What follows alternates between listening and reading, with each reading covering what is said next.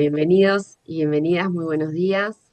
En esta oportunidad vamos a tener la disertación de la doctora Ana Cecilia. Me gustaría leerles un poquito su perfil académico. Ella es graduada en biomedicina por la Universidad No, Federal de Pará. pero sí corroboré algunos puntos. Esperen que escucho que hay Más o menos así ya deberían quedar. alguien Estaba pensando que hablando. había que Voy nada. a silenciar. Por favor, estén atentos a sus micrófonos. Bien, continúo. Es graduada en biomedicina, tiene una maestría en biología celular y molecular y un doctorado en biología parasitaria de la Fundación Osvaldo Cruz. Es investigadora titular en salud pública del Instituto de Brando Llagas y docente adjunta de la Universidad del Estado de Pará. Actualmente está coordinando la red de laboratorios de entomovirología de las Américas, OPS-OMS, y tiene, estoy haciendo una traducción portugués-español, tiene mucha experiencia en el área de microbiología con énfasis en la virología, principalmente estudiando patógenos, vigilancia genómica y la diversidad genética de los arbovirus y sus relaciones con los hospedadores y reservorios. Así que en esta ocasión nos va a compartir una disertación sobre la vigilancia genómica como herramienta para la investigación de los virus emergentes. Muchas gracias, doctora Ana, así que adelante con su charla. Sim. Em primeiro lugar, quero agradecer a invitação. Escucha un poquito Também bajito, doctora. Escucha un está poco bajo. bajo el volumen. Sí, escucha un poco Está bem bajito. agora? Melhorou? A ver, Está melhor? un poquito más. Melhorou? Creo que sí. Melhorou? A ver si alguien más. Está A bem? ver, Escuta? ahí está más alto, sí, más alto. Sim, Está ok. sim. Está Obrigada. bem. Eu compartilho a minha apresentação. Não sei se mira agora. Se ve Vem, toda la pantalla completa. está bem.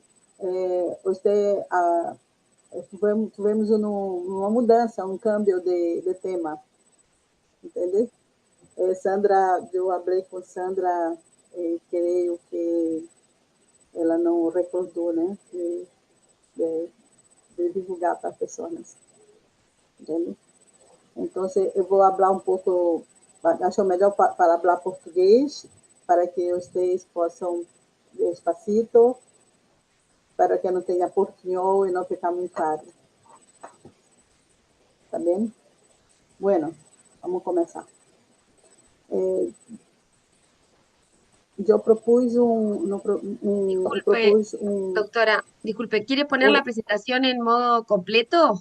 Porque acá se ya, ve toda ya, la pantalla, se ve de la diapositiva y las diapositivas al costadito y todo lo demás. No sé cómo la ve Ainda não usted. está em modo apresentação. sí, yo coloqué en modo de presentación. Ah, No, no no, está ahí. no, está toda la Ainda não. pantalla de programa. Yo pienso que tiene algún problema. Que yo conozco esa voz que acho que es raro. Quizás puede dejar de compartir y volver. O alguien que Yo sepa posso, mejor. eu, po- eu posso enviar para você em WhatsApp. Como quiera, así como resulte mejor. Pero Sim, quizás es para não perder muito tempo. como usted quiera. Para que não se perca tempo.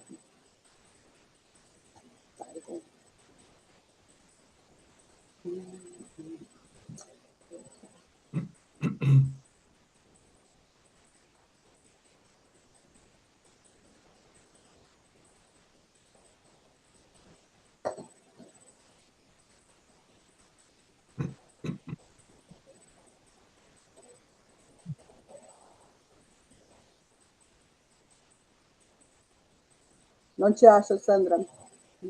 Me dar um olá aqui. Ok, Então, muitas pessoas me mandam no WhatsApp. ahí estoy. É que, tá. Porque estamos com uma situação aqui. Então, Ok.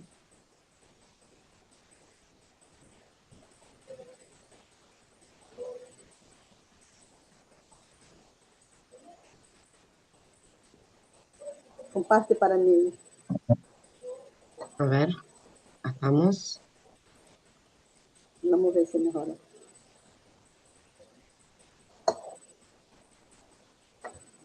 La internet haga su trabajo. Já enviei. Aquí está. Perfecto.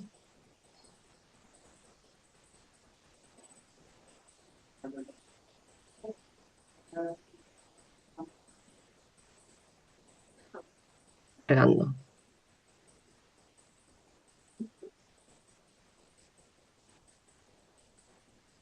Mm, Conseguiu? ahí está.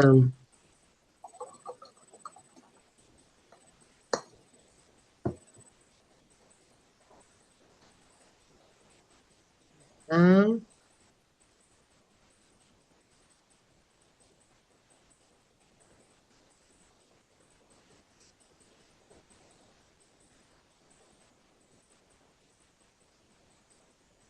a ver.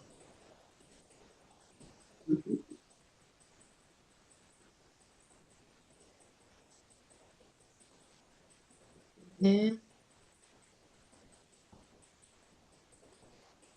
ahí creo, ¿no? ¿Ustedes lo ven completo? Y ahora está todo. Se ve muy bien. Perfecto. Bien. Sim, sim. Agora está bem. Bom, como eu falei anteriormente, nós vamos, o tema que foi sugerido por mim para a Sandra foi a vigilância genômica, né, como uma ferramenta para a investigação de vírus emergentes. Então, eu vou falar um pouco sobre isso, dos nossos estudos e projetos que temos desenvolvido aqui na Amazônia e em algumas regiões, em outras regiões. Pode passar. No me hace caso. Ahí está. Ahí va. Sim. É só para mostrar o tamanho da região amazônica, que eu creio que todos têm uma ideia, né, por conta dos mapas que nós temos disponíveis. Então, nós temos 4.106.943 quilômetros quadrados, essa região da Amazônia Legal, que a gente chama, que vai do estado do Amazonas até uma parte do estado do Maranhão. Isso é uma delimitação devido ao bioma, não é uma delimitação política, né, do Brasil, é uma delimitação pelo bioma. Então, os ecossistemas são extremamente sensíveis, né? Há uma intensa ação antrópica, né, dentro dessa região em busca de desenvolvimento econômico, né? E que alguns desses danos acabam sendo irreversíveis, né? Dentro desse quadro aqui. Nós podemos ver, por exemplo, essa região mais rosa, né? É uma região que está extremamente degradada, né? Por conta do desmatamento, do florestamento, né? E para a plantação de soja, né? Plantação de grãos. E isso tem danificado o solo, né? O que impede, dificulta uma regeneração dessa floresta. Então, isso é um aspecto do ecossistema importante por conta dos vírus emergentes que habitam esses ambientes de floresta. Pode passar. Próximo. No me hace caso. Não. Está rebelde. Ay, Sim. Aqui é só para ver, para mostrar a ação antrópica na floresta que nós temos tido sobre o meio ambiente e a biodiversidade. Né? Então, são milhares de espécies, milhões de espécies que habitam essa floresta, tanto de vertebrados como de invertebrados. Né? Então, pessoas se deslocam para essas regiões, como vocês podem ver na imagem aqui ao lado esquerdo, né, bem na borda da floresta. Né? Então, eles acabam habitando, indo para essa região em busca de trabalho e se fixam nesses locais. Né? Então, ficam numa área de risco, né, com o contato com o ambiente desse ecossistema. Próximo.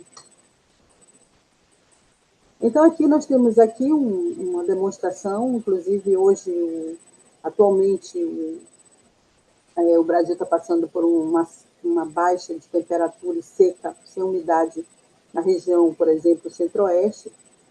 Está havendo muitas queimadas, muito fogo, né, em algumas regiões, inclusive em algumas serras que são importantes para o turismo, né, para o turismo ecológico. Um outro fator também que é importante são a exploração mineral, né, porque a região amazônica tem um ambiente muito extenso de minério, né, não só de ouro, mas de ferro, bauxita, e lítio e outros. Né? Tem muito minério, então isso gera uma competição econômica para explorar e muitas vezes esse manejo ele não é muito responsável. Né? Algumas empresas grandes que são mais visíveis, elas acabam sendo mais controladas, mas os pequenos exploradores, como os mineiros, né, que vão para ouro, caça do ouro, então isso tudo impacta. E, além disso, nós temos a caça, né, a migração, né, de pessoas, então são vários fatores que estão ali favorecendo essas situações. Pode passar. Próximo. Tiene resistencia. Parece que não está colaborando, né, o computador. Ahí va. E aí nós temos uma teoria, né, que é uma floresta cheia de vírus. Né? Vocês podem ver que isso foi baseado num artigo de Andrade de 2019, né, onde ele propõe, né, que se seja investigada a biodiversidade viral desse ambiente, desse ecossistema, e o risco das pessoas terem contato com esses vírus que habitam a floresta. Próximo. Uma outra teoria da virosfera, né, que até fevereiro de 2025, o Comitê Internacional de Taxonomia Viral ele registrava 16.215 espécies virais reconhecidas pelo Comitê Internacional. E é importante frisar que hoje, atualmente, o Comitê Internacional ele aceita a indicação de vírus novo, mesmo utilizando ferramentas de metagenômica. Né? Então, existem alguns critérios, tá, numa plataforma, no site do ICTV, né, que é do Comitê Internacional, e também baseado num produto de Hendrix.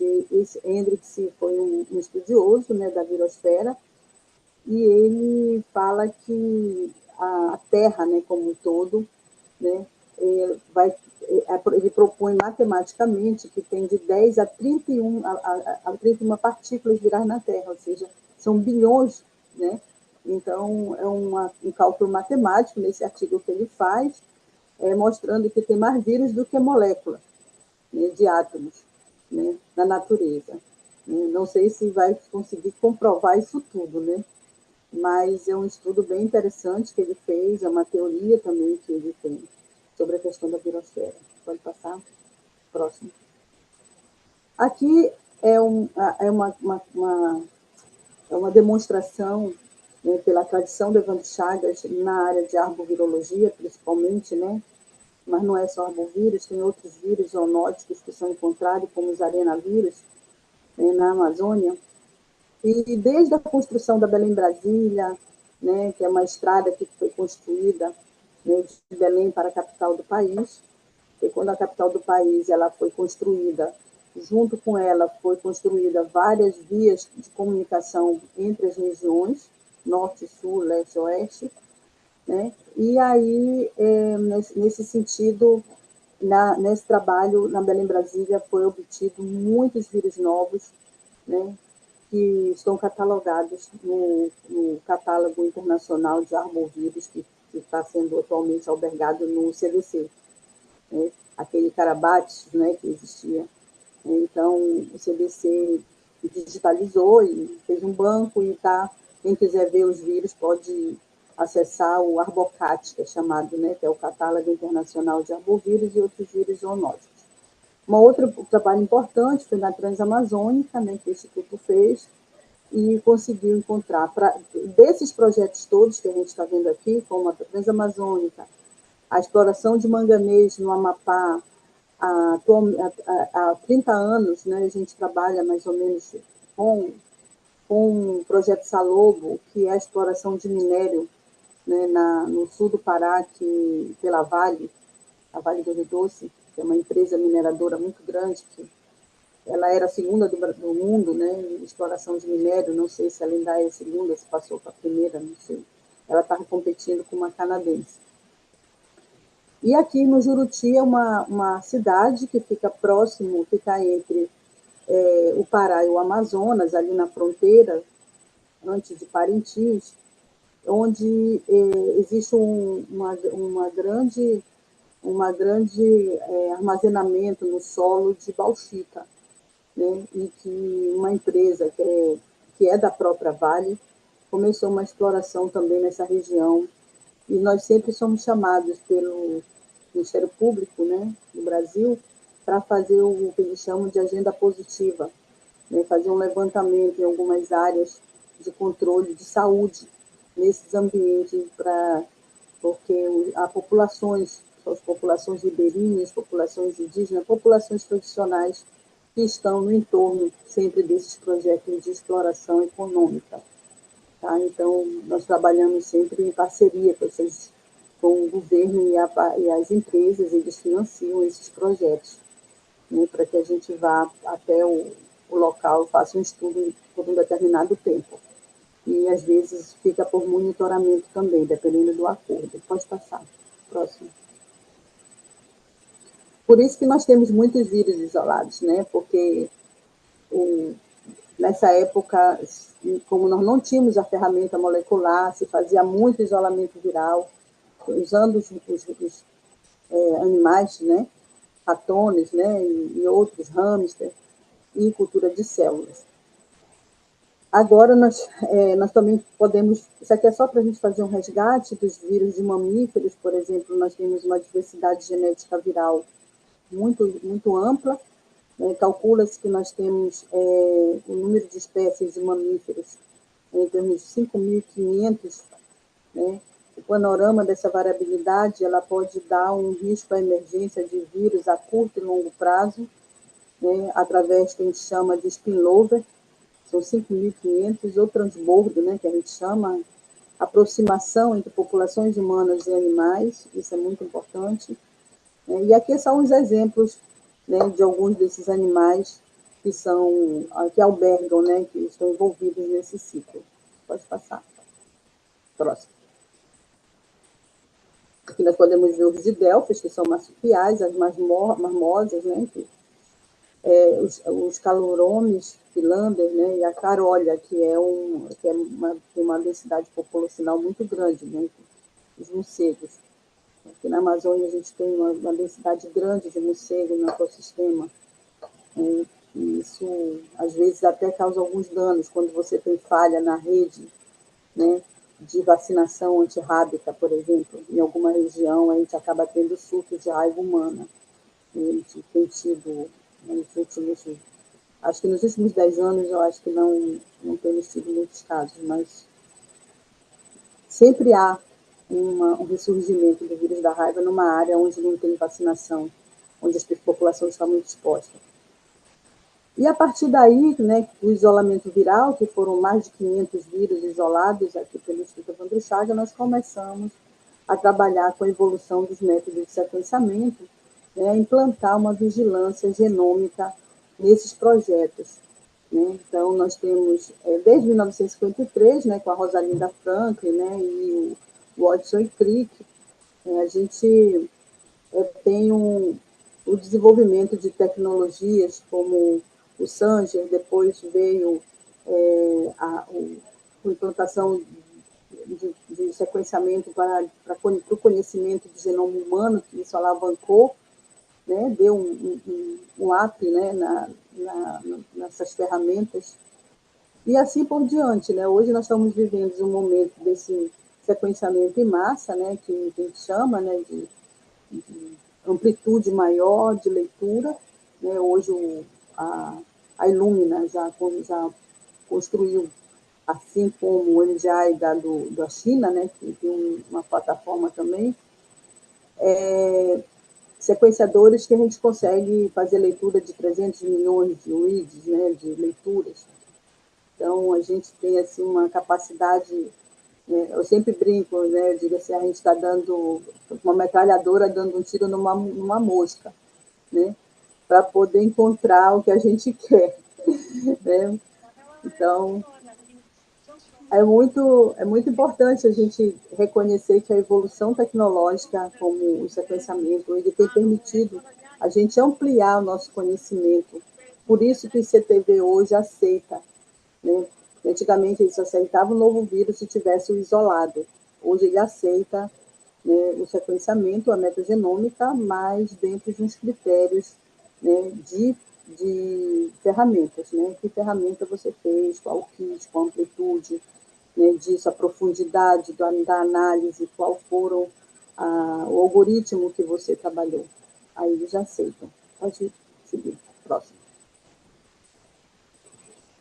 Aqui é só para complementar, né, que a gente hoje já está na terceira geração, já vai para a quarta, né, geração de sequenciadores, né, que a Illumina lançou um super sequenciadores atualmente, né, ano passado. Né, eu digo atualmente porque eles lançam e até a gente adquirir leva um tempo, porque a gente tem que ter fundos para isso. Nós conseguimos adquirir atualmente o NetSec 2000, que é um equipamento bem robusto, ele fica entre o NovaSec e o MySeq, né, que é muito usado na vigilância genômica. Nós conseguimos e estamos em fase de implantação, né, com os novos kits. Inclusive, o custo baixou muito do kit nesse novo equipamento.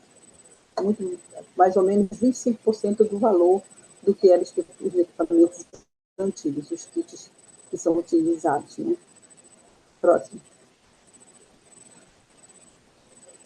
E aqui é para a gente ter uma visão, né, de como é que a gente trabalha dentro de um projeto. Não vou se assustar com essa quantidade de seta, né, que foi colocado nesse esquema, mas é só para fazer uma relação histórica, né, do que foi o projeto Genoma e até chegar ao metagenômica.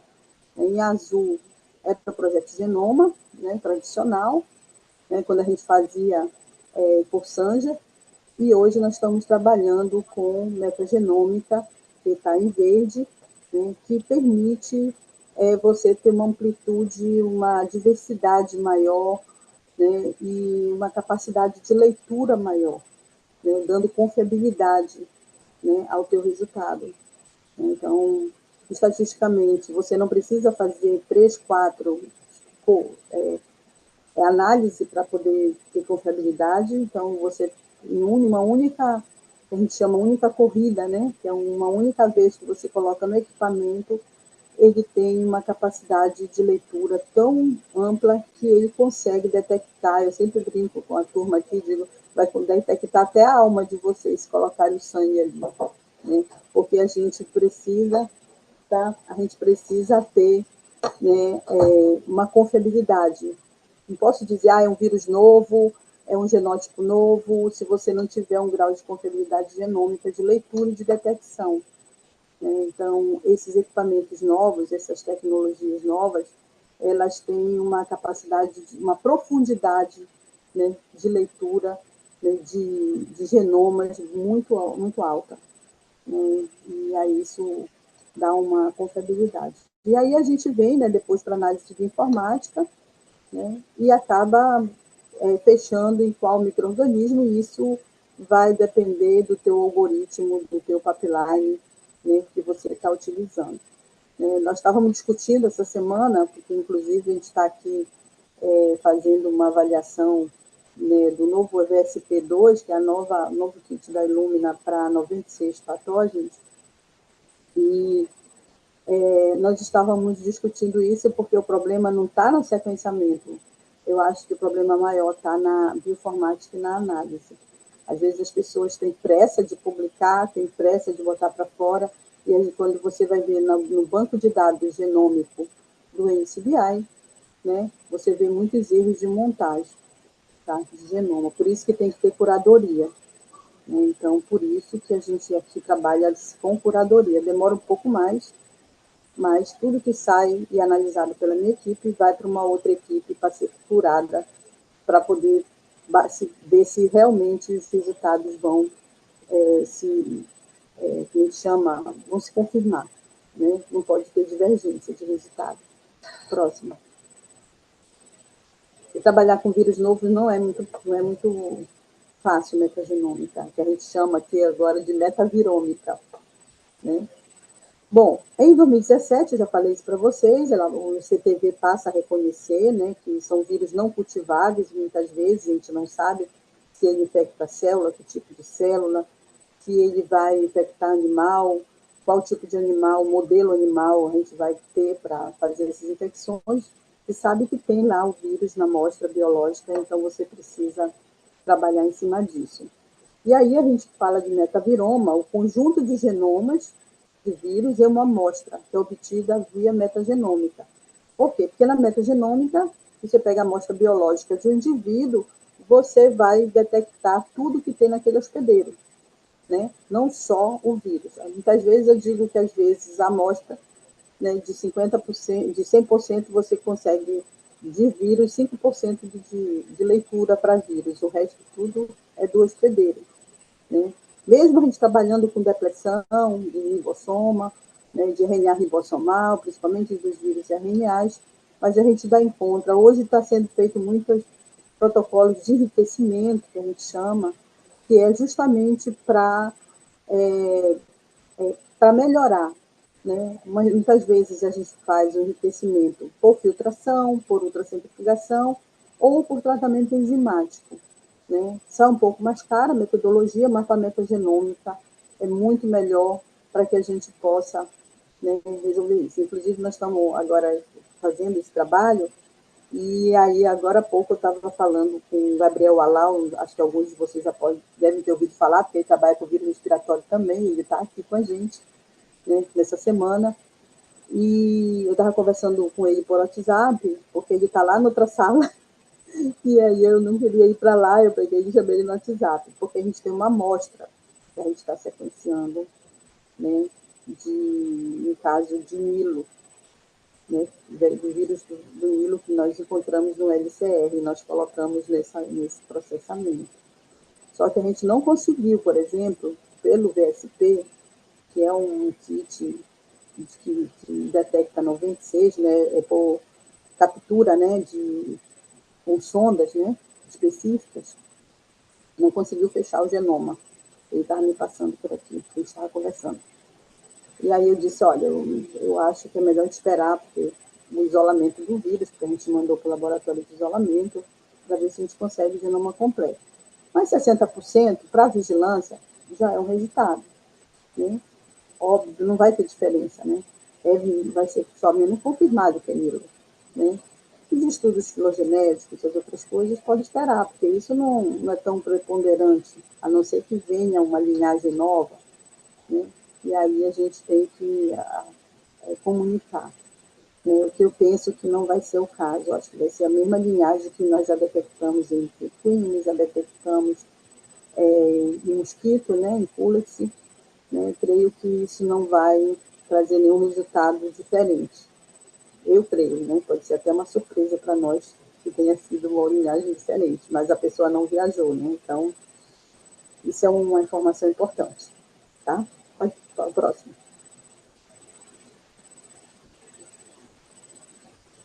E aí, a partir disso, nesses projetos, hoje a gente está trabalhando muito com a fauna amazônica. né, para poder conhecer um pouco mais dessa fauna e os riscos que ela pode trazer para a população, né, principalmente a população do entorno. Esse trabalho aqui foi um projeto chamado Projeto Mansônia. Mansônia é um vetor, né, um artrópode do culicídio. Ele também é incriminado como transmissor, já foi detectado santiluz nessa espécie de mosquito. E quando a gente foi convidado para participar desse projeto, foi devido a um desequilíbrio ambiental numa área de, como é que chama? No estado de Rondônia, já quase na fronteira com a Bolívia. Né?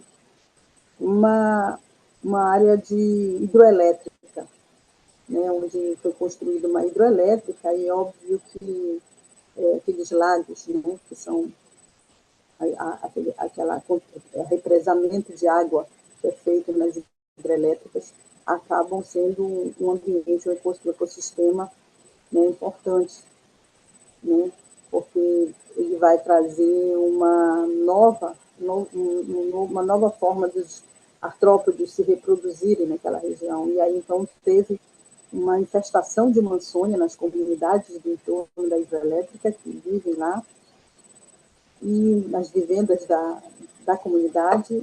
E então o Ministério Público do Brasil pediu para que formasse um projeto para investigar os riscos que aquela população estava correndo. Então a gente achou um vírus novo, por sinal, aqui está o resultado, né, que é um vírus que não estava, que é da família Timoviridae, né? Essa família está muito mais relacionada a vírus que habitam plantas, né, como vocês podem ver aqui na árvore filogenética, por isso que tem os desenhos, né, que aí vocês podem visualizar melhor. Né? Mas já havia detecção em outras espécies de artrópodes. Né?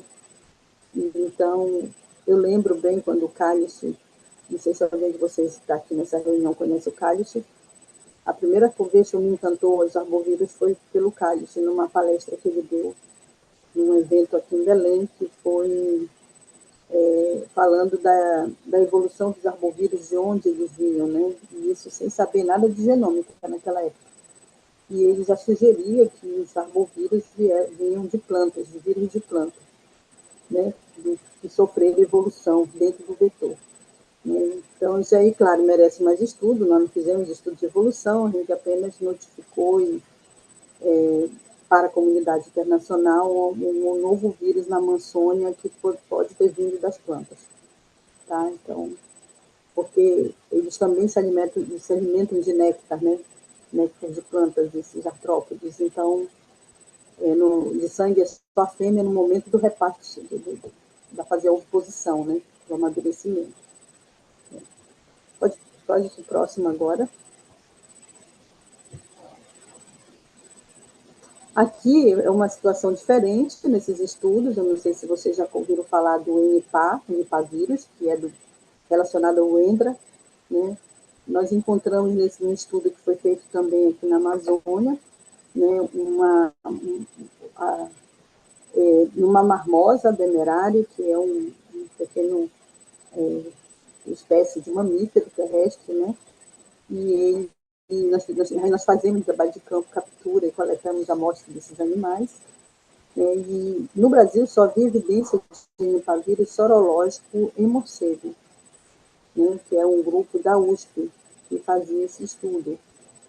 E não tinha detectado o vírus, e nós detectamos o vírus no Brasil, né, aqui na região amazônica, né, mas não foi um genoma completo, foi um pedaço do genoma, porque nós trabalhamos com metagenômica, e a gente não pode, nós aqui no Brasil, a gente não pode manipular esses vírus de classe 4, se não estiver dentro de um laboratório de classe 4. Né? Então, nós não podemos fazer o isolamento dele. Né? Então, nós vamos fazer a inoculação, mas depois discutir internamente aqui com a biossegurança, e foi recomendado que a gente guardasse a amostra para, no futuro, a gente tentar isolar o vírus dessa amostra desse animal.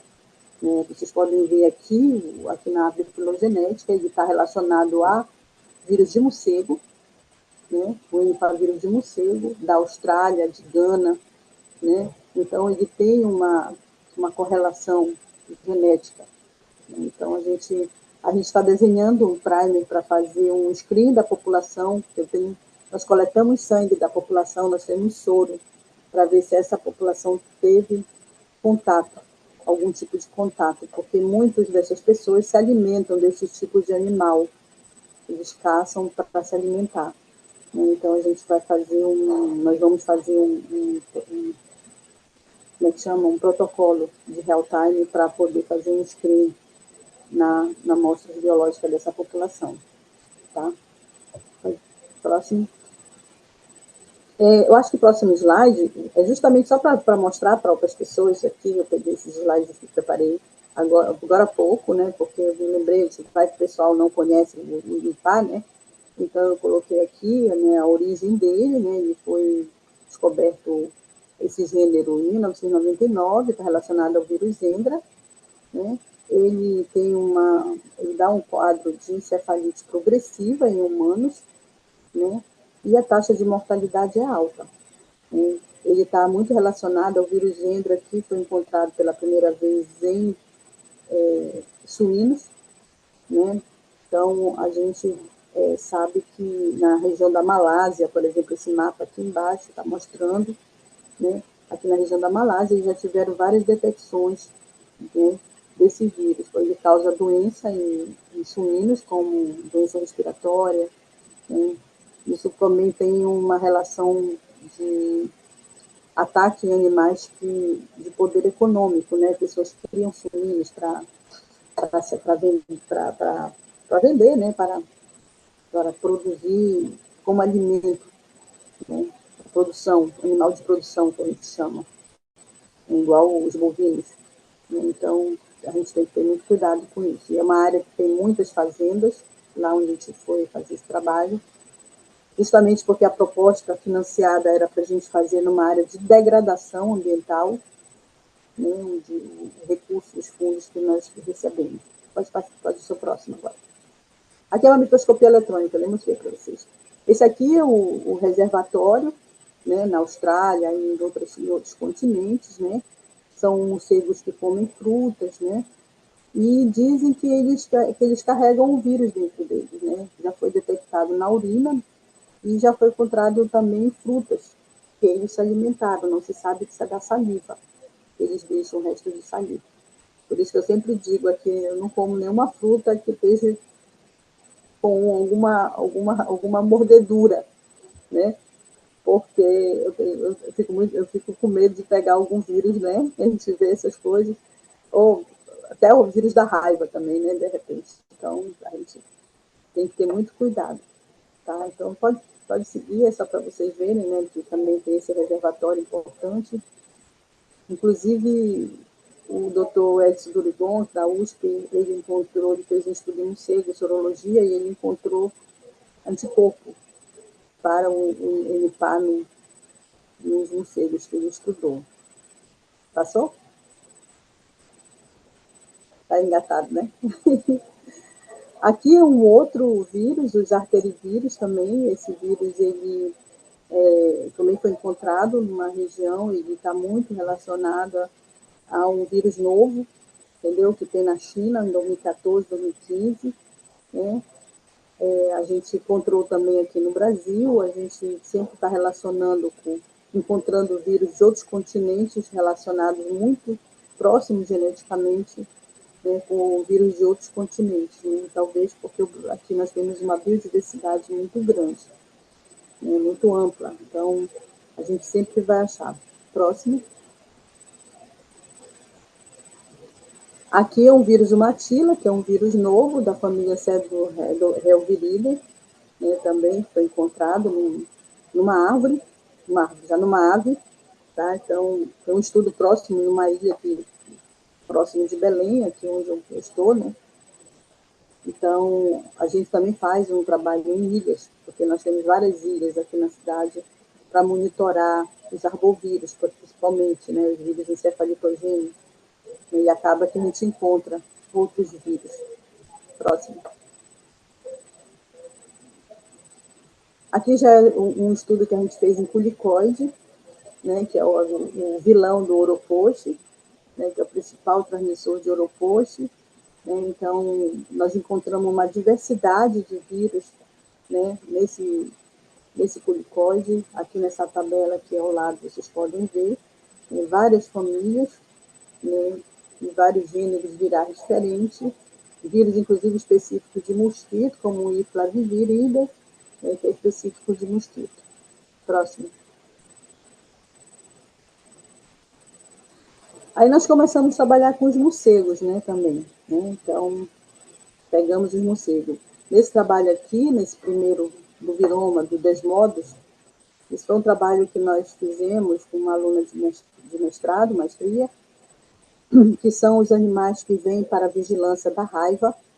Então, esses animais que são negativos para a raiva, hoje nós estamos fazendo uma vigilância para outros vírus, né, de importância, ou não, né, mesmo que sejam vírus emergentes ou emergentes, né, que possam se tornar emergentes.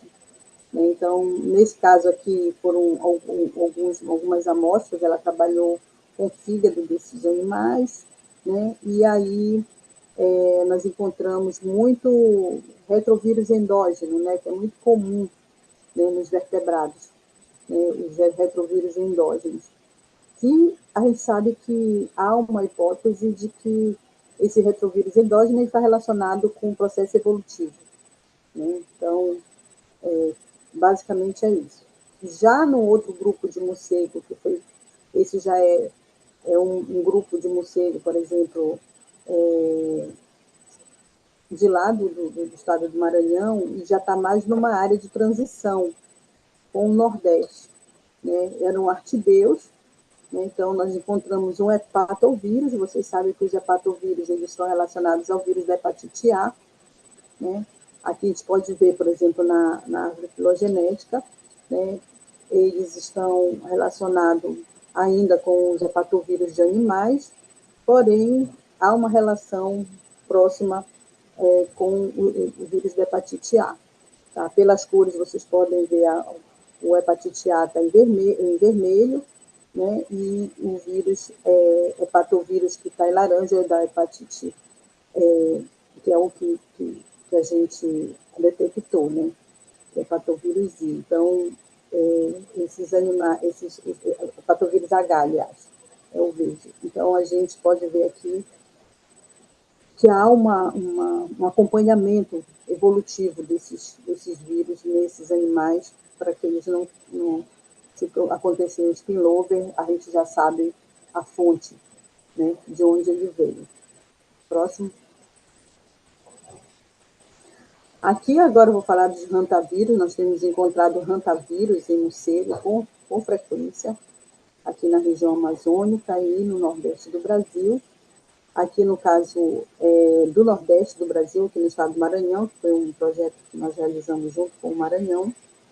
Né? Então, vocês podem ver que nós temos um mobativírus, que são os rantavírus, transmitidos, que habitam os morcegos, por isso que é chamado mobativírus, que é o gênero deles, e nós encontramos, né, também um pedaço, não foi um genoma completo, foi só da polimerase, o genoma todo da polimerase desse mobativírus. Como é metagenômica, não é um sequenciamento dirigido, então a gente às vezes não consegue, né, pegar, teria também que usar outras ferramentas como enriquecimento para poder conseguir um genoma mais completo. Próximo. Aqui é um outro mobativírus, aqui já da região amazônica, que é da Carolia brevicauda, né, que também está relacionado com o mesmo vírus de lá da região de transição do Nordeste. Né?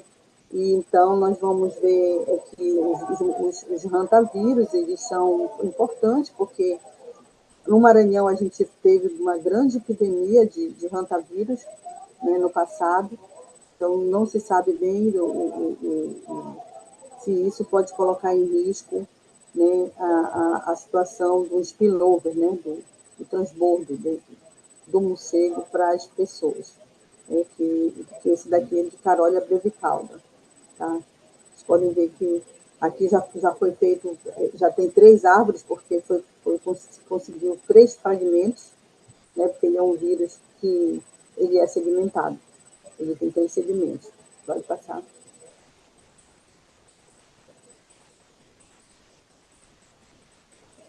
Aqui um outro vírus de morcego, que é o tretaparvovírus, ele é da família Parvoviridae, né, que é também de uma outra região, já aqui próximo de Belém, na região aqui, próximo, houve um ataque de morcego numa comunidade, e essas amostras vieram para a Raiva, e depois foi passado para a genômica para ver o que é que teria, porque estava tendo ataque de morcego numa comunidade aqui próxima, né, numa área metropolitana, né? E aí os tetraparvovírus, a família Parvoviridae, né, também não infectam o humano, mas eles podem se transbordar, né? Pode passar.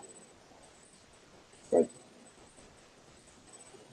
E aí, quando a gente estuda sobre a diversidade viral, né, a gente tem que ver os cenários e a emergência do ecossistema, né?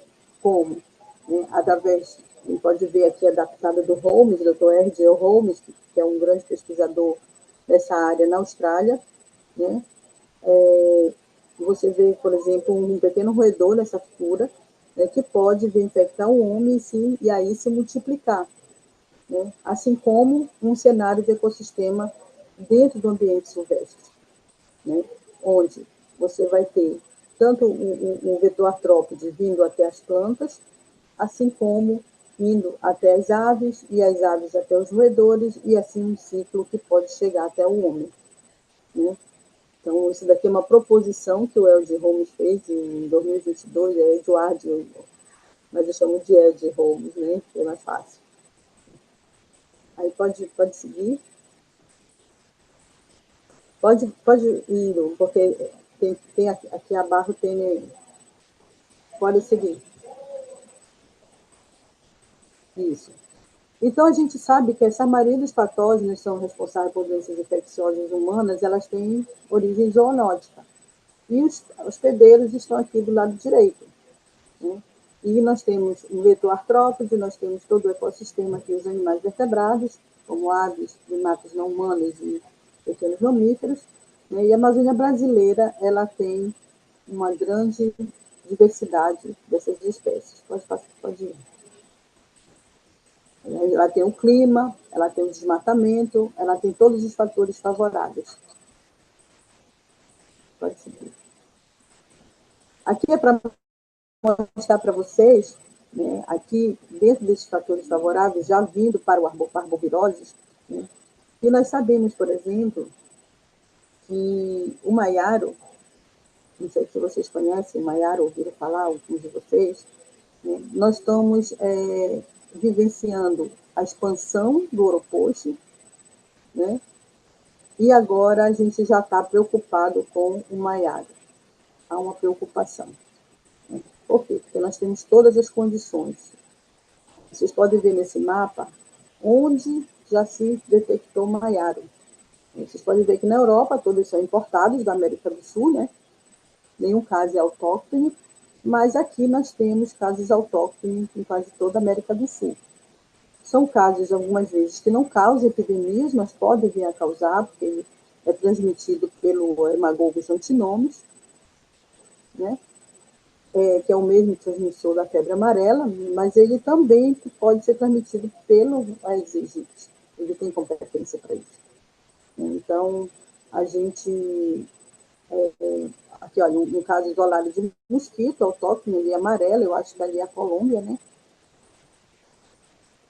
E aí a gente vê que os vírus, eles estão ainda sendo circulando, mesmo sendo datas antigas, como vocês podem ver, mas em 2015, no Haiti, né, nós tivemos casos de maiaro, né, e atualmente aqui no Brasil. Ele foi isolado pela primeira vez em 1955, mas a gente tem, inclusive, agora a transmissão ativa, né, em algumas áreas aqui na região. Então, a gente sabe porque o risco é muito grande dele vir a sair, como o Oropost saiu da região amazônica e se distribuiu para outras regiões, se dispersou. Pode seguir. Aqui mais um estudo que foi feito, que mostra, o número de casos aqui na legenda. O Brasil é onde tem o maior número de casos, é onde a cor está mais azul, mas isso não diz que no futuro ele não vai estar mais forte em outras regiões, como está o Oropost. Próximo. Aqui já é o Oropost, que é um vírus também que causa surtos de febre aguda, mas pode levar também a casos neurológicos. E hoje nós sabemos que ele também está relacionado às manifestações congênitas, problemas congênitos. Próximo. Aqui é como é que ele é transmitido. A gente sabe que os animais silvestres eles estão envolvidos no ciclo de transmissão, ele veio do ambiente silvestre, ele é tão disperso e tão ativo como o dengue, porque o transmissor, que é o Culicoides paraensis, ele é o Culicoides, mas ele não é só paraensis, é o gênero Culicoides. Eles são vetores que têm alta densidade em algumas épocas do ano, a sazonalidade, eu não sei como chama aí, mas o pessoal chama de rehene, em espanhol, o nome comum dele, não sei como é que está nos países aí. Mas em Cuba, quando começou os primeiros casos de Oropost, eles não conheciam o Culicoides. Então, eles achavam que era só o Culex que estava participando. Mas depois se descobriu que existia uma quantidade grande de Culicoides na região, porque não se conhecia, os entomologistas não tinham ainda experiência de identificação. Então, pegou muita gente de surpresa, muitos países de surpresa. Pode seguir. Aqui é só para mostrar, que ele tem o Oropost ele tem uma transmissão ativa desde a década de 60 aqui na região amazônica. Isso aqui todos são cidades da região amazônica, tá? E a gente sabe que isso aqui é feito por sorologia, então você vê que quando ele entra numa cidade, ele afeta uma grande população, ele tem uma taxa de ataque muito alta. Apesar de nunca nenhum epidemiologista ter feito estudo, mas a gente sabe na vivência que quando ele entra numa cidade, ele meio que todo mundo pega, todo mundo vai ser infectado quase, porque é um vetor muito fácil de estar próximo das residências, Tem muitos criadores. Próximo. Então, assim, a gente precisa ter a consciência que esses estudos, eles são informativos, eles trazem informações e a gente tem que pensar, nós temos que pensar de que forma vamos estabelecer, através do conhecimento genômico, protocolos de diagnóstico, porque não é só para pegar e publicar, você tem que desenvolver protocolos, somente para vírus novo, e também para depois, quando se tiver um spillover, você ter como desenvolver uma vacina, conhecendo o genoma viral, através de vacinas.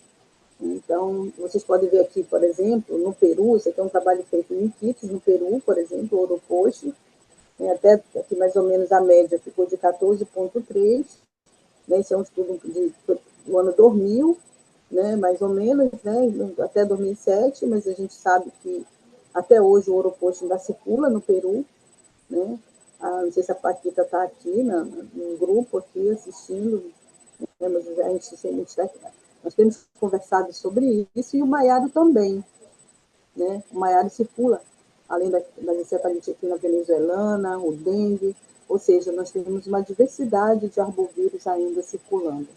O vírus do grupo C, como é colocado aqui, provavelmente isso é o vírus Madre de Deus, aquele ortobuniavírus também, que ele é do mesmo grupo do Oropost. Tá? O grupo C era uma classificação sorológica que foi realizada por Casals na década de 50 e que algumas pessoas ainda utilizam. É uma classificação antigênica. Próximo. Aqui, olha, no Equador, não sei se tem alguém do Equador, na Colômbia, né? Então, a evidência desses arbovírus, eles são muito intensos, né? E sempre estão circulando e só precisa que no momento certo de um desequilíbrio de densidade populacional de vetor, ele possa ficar mais ativo. Próximo. Eu só trouxe como exemplo aqui de outros países, né? Aqui esse artigo foi um artigo que foi publicado, que foi o primeiro primata não humano detectado com Oropox, né, nas Américas. Foi no Brasil, no estado de Minas Gerais, foi durante a vigilância de febre amarela. Né? Então, nós detectamos o Oropox. Isso foi publicado em 2005, mas eu me lembro que foi, acho que eu não estava aqui, eu estava licenciada para pós-graduação, mas para doutorado, mas a gente sabe que foi justamente um momento que a gente estava fazendo a investigação de febre amarela em Minas, fazendo a vigilância da febre amarela. Aí encontramos o Oropox, né, nesse PNH. Isso através de sequenciamento genômico também. Né? Próximo. Aqui já é no Amazonas, né? A gente tem, por exemplo, várias regiões com Oropox maiaro, né? Dá mais um clique aqui, eu acho que tem um número de casos aqui. Isso, maiaro positivo em 2013, em 2013, 14 e 15, eles tiveram mais 4 casos de maiaro positivo. Isso aqui tudo é humano, tá? Trabalho feito com humano. Próximo. De 141 pacientes em 2015, 54 deram positivos por oposto em 2015, né? Na cidade de Tefé também, que é uma cidade que sempre está tendo casos de arboviroses. Próximo. E aqui, a Guiana Francesa, que é nossa vizinha, aqui próximo, né, na nossa fronteira, aqui com o estado do Amapá, por onde também entrou o chikungunya, né, que veio da Martinica, e foi o genótipo asiático, né? E foi por onde entrou, e esse é um grande mistério, porque no Brasil tiveram 2 portas de entrada, o asiático por essa fronteira e o africano pelo estado da Bahia. E quem prevaleceu no país hoje, a gente só acha o genótipo africano. Todos os sequenciamentos que a gente faz, só aparece o genótipo africano, parece que o asiático não conseguiu passar ali do norte do estado do Amapá, da fronteira com a Guiana Francesa, para cá, né, para dentro do país. Não conseguiu se dispersar. Que é um outro estudo que eu acho que nós deveríamos fazer nas Américas, porque está tendo muito displacement, né? Por exemplo, de genótipo. O dengue 2, né? Ele praticamente não encontra mais o genótipo asiático-americano. Todos os sequenciamentos que a gente faz de dengue 2 agora é só cosmopolita, né? Então, a gente sabe que houve um displacement, que provavelmente, na minha hipótese, na minha experiência, isso aconteceu dentro do vetor. É o vetor que não está mais conseguindo replicar, por algum motivo, o genótipo asiático-americano. Pode ser que tenha acontecido a mesma coisa com o chikungunya. Próximo. Aqui é o caso neurológico, foi o primeiro caso neurológico que nós detectamos, né, aqui em 2021, né, que foi um caso de neuroposto também, de uma pessoa que foi infectada, não tinha saído da cidade, foi na época da pandemia, ela estava em isolamento, né, e ela desenvolveu um quadro neurológico grave, era uma idosa, né, e ela ficou hospitalizada por um tempo para poder se recuperar, né, e foi no momento da pandemia, em 2021, né, ainda estávamos na pandemia. Né, então, esse caso aí, ele só não passou desapercebido, porque a médica do instituto é a mãe dela, né, então é a mãe de uma mamá de uma médica que trabalha no instituto, né, então ela pediu para fazer um screen de tudo, para descobrir por que a mãe dela estava tendo um distúrbio neurológico, né, uma infecção que ninguém conseguia achar o que era que estava causando aquilo. E acabou que a gente encontrou o vírus Oropouche, né? Então, foi um achado muito interessante, porque se sabia que ele causava doença neurológica, mas nunca mais tinha aparecido caso, né, de doença neurológica, nos surtos todos que tiveram. Próximo. E aí a gente pode associar que essa dinâmica de transmissão, ela envolve muitos fatores, né? A população, né? A agricultura, o desmatamento, a migração populacional, isso tudo, o clima, aumento de temperatura que favorece os criadores e vetores nas áreas onde eram mais frias, né? Mais temperadas, como o sul do Brasil, que está vivenciando hoje a dengue, que não existia, e também o Oropouche, né? E então isso está favorecendo o surgimento de novos vírus, né? E a dispersão dos que nós já conhecíamos, e que existe uma barreira, né? E hoje essa barreira foi quebrada. Eu creio que são fatores como esse, a dinâmica da população, migração. Nós temos também tido muita migração do norte para o sul do Brasil em busca de trabalho, né? E o clima. Então, provavelmente isso favoreceu, né? Próximo. E aí a gente vai fazer, por exemplo, eu quero fazer uma reflexão, uma só saúde e a ação antrópica, né? Nós temos uma abordagem holística dessa situação, né, que é a interação, né, entre os seres vivos, né, que isso pode favorecer, né, a troca, né, e o transbordamento e o aparecimento de novos vírus, né? E aí estudos epidemiológicos a gente tem que fazer sempre para poder acompanhar nos institutos de pesquisa, nas universidades, né? E a vigilância desses agentes infecciosos. Então, a gente precisa estar sempre atento para isso, né? Por isso que eu coloquei aqui o símbolo do One Health, né? Que era para mostrar que tudo isso que eu falei está nesta única figura, né? Que nós estamos vendo hoje. Próximo. E é isso, gente. Eu não vou me alongar muito, eu vou deixar para vocês pensarem aí, né? E aqui é só para agradecer, né, os nossos parceiros, como a OPAS, e nós somos sempre colaborador. Né? Esses trabalhos, a maioria, são financiados por fundos internos do país, né, pelo CNPq, né, Ministério da Ciência e Tecnologia, Ministério da Saúde, né, que libera recursos para pesquisa, para que a gente tenha conhecimento do que a gente precisa fazer a lição, né? Tem que conhecer. Então, eu nem falei dos arenavírus, porque nós temos arenavírus na Amazônia, que era uma outra coisa. Nós temos o Amapari e o Flechal, que são dois arenavírus já encontrados em mamíferos, né? E que mereciam ser estudados também, né? Além de sabiá no sudeste do Brasil. Obrigada aí pelo convite, espero que tenha contemplado. Muchas gracias, doctora.